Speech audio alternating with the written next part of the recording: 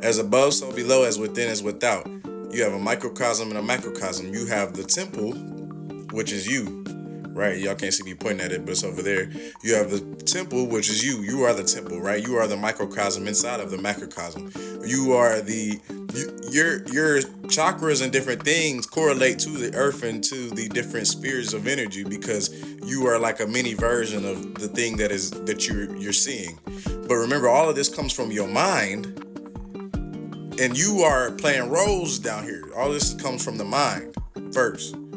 And once you understand everything comes from the mind, you realize that everybody that you see is only an image through certain light frequencies. And this light is coming from the mind, from this darkness, right? And in this understanding, you have what?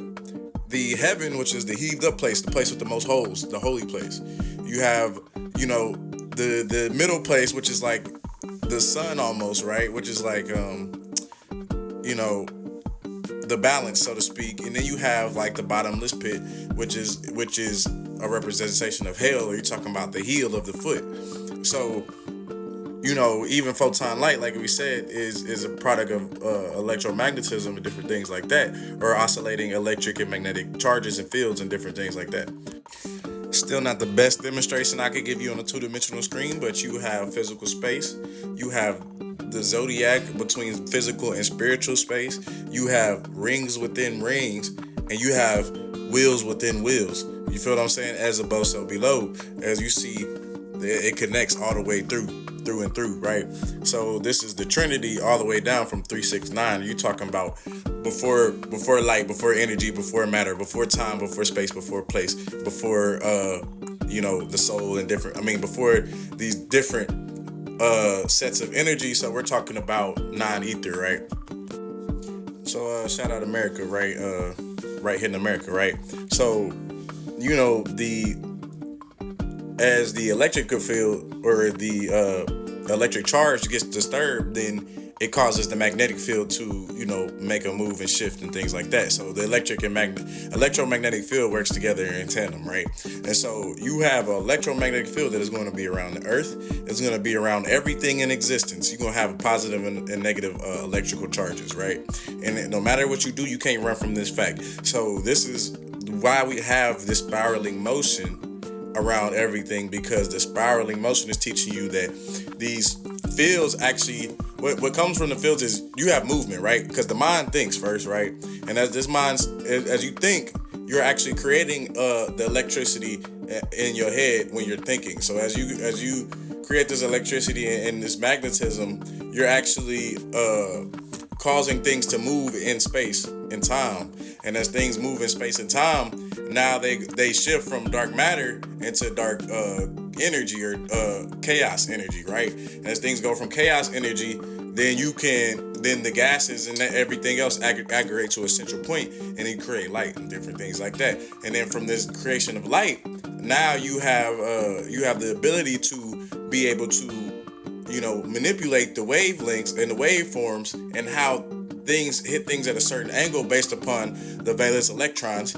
Or if you're talking about an atom, you're talking about the valence electrons and how other atoms and different things will come and hit that field and then cause it to do certain changes and things like that. Or you're talking about something else that is a little bit bigger on the outside, affecting externally affecting the frequency of wherever we at, whether it's the planet, whether it's it don't matter what it is, right?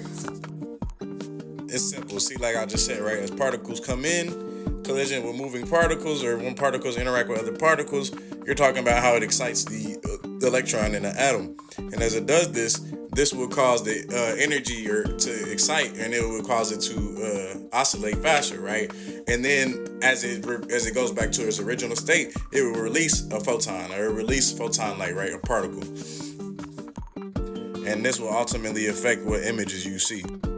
So it's natural in the all for things to have changed, right? So the all doesn't change, but the things inside of the all changes. So what am I saying? I'm saying that in the natural cycles of time, or what we call time, and time is a product of the mind. And you understand that time itself isn't real in the fashion of, oh, you run out of time or anything. Time is more of a fire. Time is more of when you're talking about, things being able to produce change. And through this change, that means you have to have different phases of things that are itself, of energy, different phases of matter, different phases of existence, right? And that's what time really is. So this is why you see Thoth representing, he's not even just the moon. That's just a example they gave you in later day Egypt. But Thoth represents that principle of alchemy, not just magic, but alchemy itself. We're talking about the product of change and how the phases of matter and the phases of things, whether metaphysical or spiritual or anything like that, it's about change, and it's about these different products of change. So that's why when you see the zodiac, you should understand it represents the physical and spiritual space, because the zodiac is a product of change. It's teaching you that throughout these different seasons and throughout these different cycles, you have angles or certain degrees of each thing that makes up the whole thing, or the whole piece, or the whole field, or a field, so to speak. So you're talking about how you have a field comprised of multiple frequencies. And frequencies are when things vibrate or oscillate in a circle. You have frequencies that are created through a manipulation of that field. So as the field interacts with other fields, it interacts with something else, whether it's internally or externally, it starts to change the frequency. So now you have different frequencies in the field itself, like different notes being played, so to speak, because it's like music, because everything is like music. And this is why they call it the Schumann resonance when it comes to the Earth's electromagnetic field, because every planet has a certain notes that is playing and certain frequencies that is playing, telling you that this is all like an orchestra. It's all orchestrated. To be an orchestra, to be an organ, to organize. All these words mean the same thing: organize, orchestrate, organ, demonstrate. You're talking about to be stable. So that's matter up at the top of the screen, and you can really see it as light particles, right? So we're talking about how the universe itself is a product of having like two sides of the brain, right? Like a left and right hemisphere, like a conscious, subconscious, and a superconscious, which is the unification of both sides or all parts of the body as well as the universe. And you understand that the universe is actually spiraling, and we tell you about this DNA helix spiraling motion, right? But there's actually different frequencies that is intertwined with these. So it would be like many different frequencies entwined with your electromagnetic field, right? And you can kind of see how it's moving, how you have the North Pole and how things would move through the North Pole and move through the South Pole and do different things like that. Because when you talk about electric energy, always tries to seek the lowest pressure point, while the magnetism always wants to, expand and radiate out and upward. So this is why you have what you call lodestone or magnetism, and you have, electric force, which is a dielectric force, or electricity, which powers the body and runs the body. So why do we study this? Because the man is the 5-pointed star. The man in the 6 is representing the third eye, because the third eye gets you in tune with the higher spaces, with you starting to go into beyond a physical sense, because the 5 is physical. The 5 is physical. The 6 is when you go into your conscious third eye. The 7th is the crown. You understand these are different spaces as well, or different dimensions of your part of the whole realm of Earth, so to speak. And so you keep going and keep going. You understand that these higher fields of energy will connect you to higher realities.